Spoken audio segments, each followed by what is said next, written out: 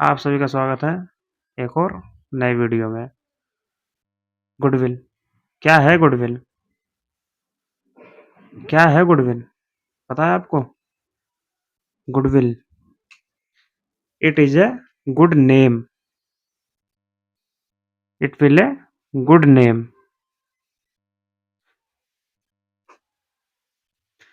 Meaning को समझते हुए हम आगे बढ़ते हैं। इट मीन्स गुड नेम और रेपुटेशन ऑफ द बिजनेस, यानी कि ये एक अच्छा नाम और कोई भी व्यवसाय का एक रेपुटेशन जो हमारे बिजनेस का रेपुटेशन को दिखाता है, उसी को हम क्या कहते हैं? गुडविल। इतना तो आपको समझ में आ गया होगा। ठीक, अब दूसरे पॉइंट को हम देखते हुए आगे बढ़ते हैं।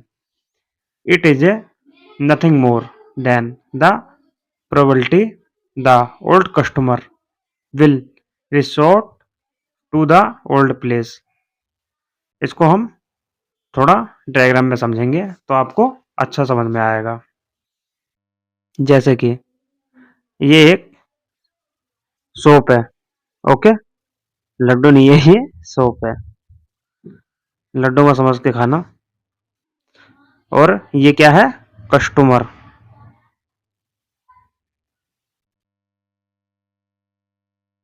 ये शॉप किस चीज की है? ये समोसा बनाता है। ठीक है, कस्टमर आया, समोसा खाया। ठीक, क्यों? वो पुरानी दुकान नहीं है वो, उसको एक अच्छा लगता है उसके समोसे। जैसे इसका नाम है श्याम।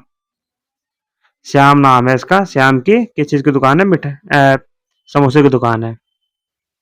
और ये कस्टमर कस्टमर आता है, समोसे खाता है, फिर अपने घर चले जाता है। अगले दिन क्या करता है? फिर आता है कस्टमर, फिर उसी दुकान पे जाता है। जबकि यहाँ पे भी एक रामलाल की दुकान है। किसकी दुकान है? रामलाल की शॉप है। किस चीज की है? ये भी समोसे की दुकान है। ठीक, लेकिन कस्टमर कहाँ जा रहा है? श्याम की दुकान पे। वहां पे एक, क्योंकि उसने एक जनरेट कर रखा है क्या? अपने दुकान का एक रेपुटेशन, गुडविल। गुडविल उसने अपना क्रिएट कर रखा है। जैसे कि यहाँ पे आ जाइए एग्जाम्पल। जो एक एप्पल का मोबाइल होता है, उसकी क्या है? एक ब्रांड वैल्यू। ठीक, वो एक क्या है? अपने आप में ये एक ब्रांड है। क्योंकि किसी भी बंदे के पास देखते ही, हाँ एप्पल का फोन है भाई, क्या है? ब्रांड।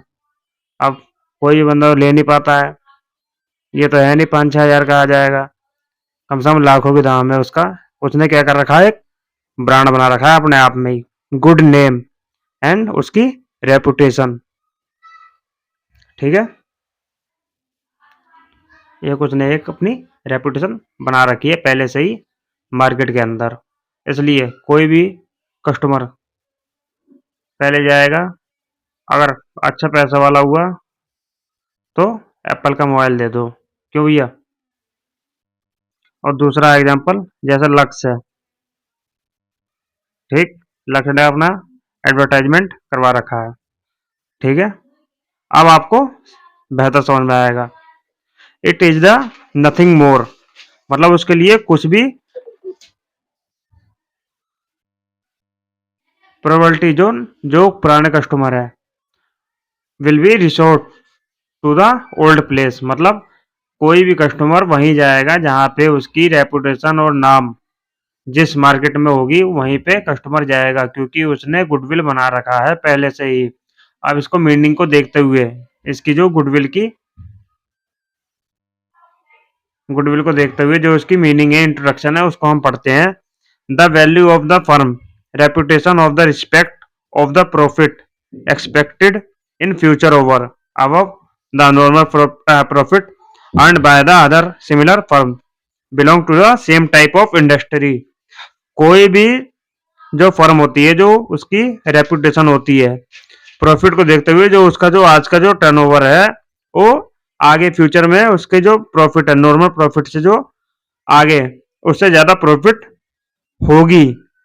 यही हमारा जो फर्म का जो सेम टाइप ऑफ इंडस्ट्री, यही हमारा इंडस्ट्री का नियम है, क्योंकि उसने आज जैसे आज के टाइम में उसका गुडविल, मतलब मान लिया हमने 20 बंदे हैं, 20 बंदे आज की डेट में कस्टमर श्यामलाल की शॉप पे आते हैं, क्या यही 20 बंदे आगे फ्यूचर में यही 20 बंदे आएंगे? नहीं। कस्टमर क्या करता है, जब कोई भी एक अच्छी शॉप होती है, एक बंदा आया, एक बंदा क्या करेगा, 2 बंदे लेके आएगा, जो दूसरा बंदा होगा वो 4 बंदे लेके आएगा। तो इसको देखते हुए जो हमारा जो गुडविल है वो फ्यूचर में जब आता है तो अपने साथ एक गुडविल भी क्रिएट करता है। अब इसकी हम नेचर की बात करें, intangible asset because it does not have any physical extent. ये जो हमारी जो एसेट होती है वो कोई भी फिजिकल नहीं होती है, ये हमें मतलब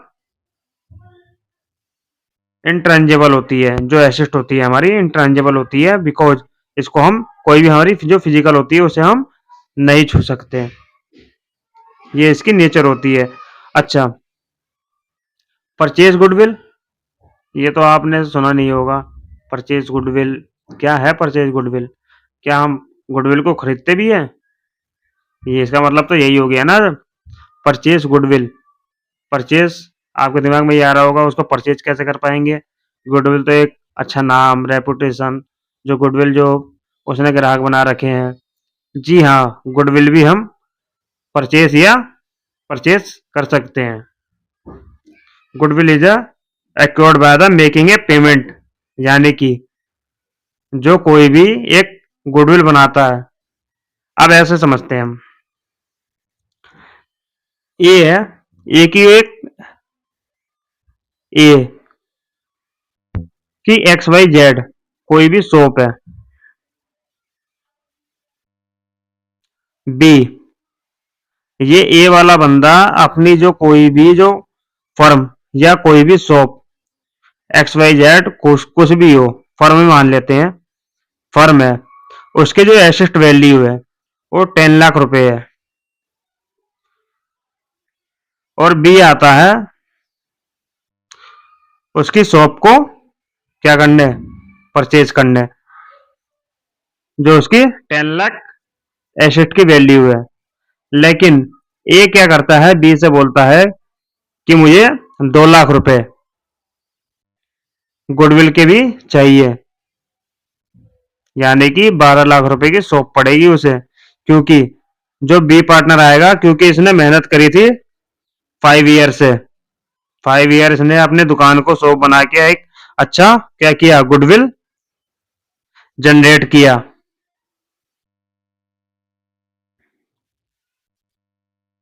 जनरेट किया। अब जो बी आएगा उसकी जो, अब उसने तो दुकान उसके जो मार्केट जो प्लेस में है वो 10 लाख की वैल्यू है, लेकिन वो 12 लाख क्यों दे? भाई ए का पूरा हक बनता है, जो 2 लाख रुपए जो उसने अपने 5 सालों में उसने अपना गुडविल कमाया है, तो उसके 2 लाख रुपए वो मांगेगा ही। जब मतलब एक बात कह रहा हूं, मांगेगा ही या मांग सकता है, ये ए पे डिपेंड करता है। ठीक, जो गुडविल परचेज, जो जो हमारी कंडीशन होती है, जो उसकी क्या होती है, एसेट और लाइबिलिटीज को देखते हुए उसकी मार्केट वैल्यू लगती है, गुडविल भी हम खरीद सकते हैं। Thank you everyone.